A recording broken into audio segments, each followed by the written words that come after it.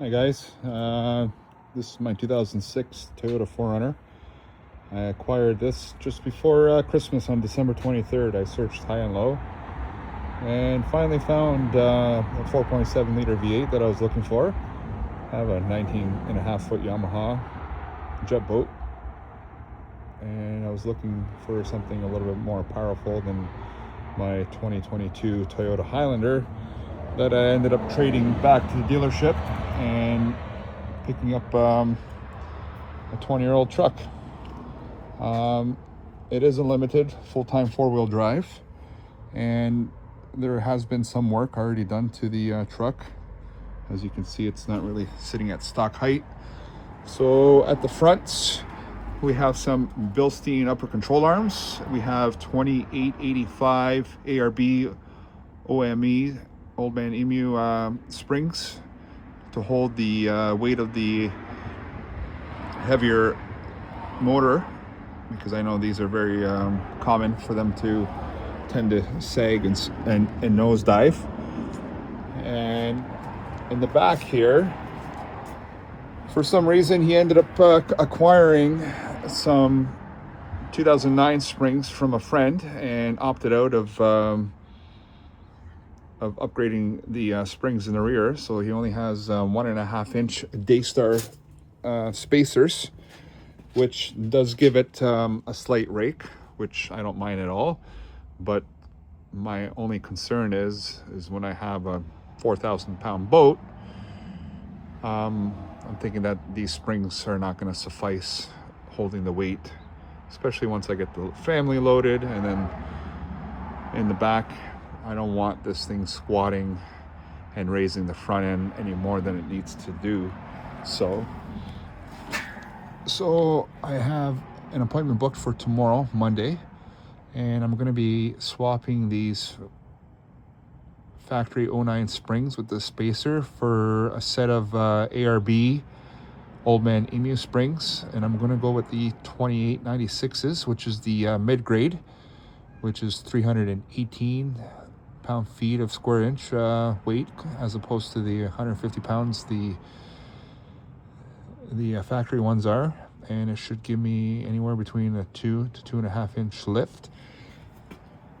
And one thing I forgot to mention is there is Bilstein 5100 shocks all the way around, and the fronts right now are sitting at 0% perch, which I do have a little bit of room to adjust it to the next collar if I really need to. But I was told, and from all the research that I've done, that you wouldn't want to go more than one notch up without affecting any of the driveline.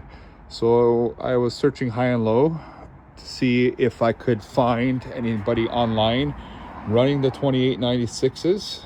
I know there's a few people that have the 2895s, which is still an upgrade over OEM, but my main concern was that with the family loaded, the boat at the back of the hitch here, the extra ton weight, that the 2895s wouldn't suffice unless I had some airlift bags in the back. Airlift 1000s, I was told, are very good. Anywho, so this is my first YouTube video for the channel. Once again, I have a 2006 Toyota 4Runner 4.7 liter V8. He does have some 1 inch spacers in there, which gives it a little wider stance.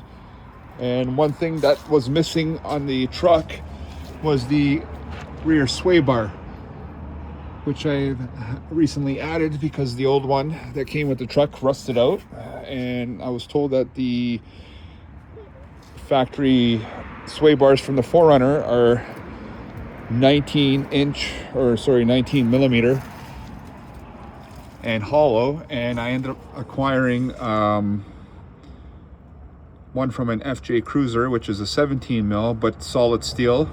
I had it all stripped down, powder coated, primed and all that stuff because it was pretty rusty, and I'm very pleased the way that it has added extra stability, especially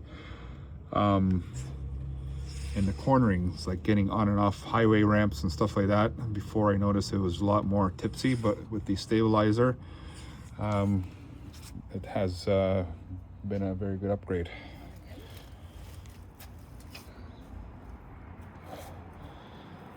So I will keep you posted tomorrow. I am going to Beast OffRoad in Toronto, Ontario, to get the springs done. And I will let you know how much of a difference the ride quality will change, because I know the factory 09 springs that Buddy put on them with the spacer gives it the lift, but it's still on the softer end of things and absorbs bumps and stuff like that a little bit better. But seeing how I have the 2885s in there, which are the mid-grade springs that ARB has to offer, I thought it would be a good fit to go with the 2896s. And sorry if I've not said something to spec. I'm sure most of you guys will correct me. Oh, and one other thing is all the bolts and holes were all rusted on the factory skid plate, which Buddy had off, and I thought it was a very crucial component to have for protection, as the oil pan and all that is fully exposed. So I ended up getting this powder coated as well and putting it back in, and I had a friend of mine who works at a Acura dealership tap these all out and reinstall it for me. So I'm quite pleased the way the truck is coming along so far from what state I've received it in when I bought it.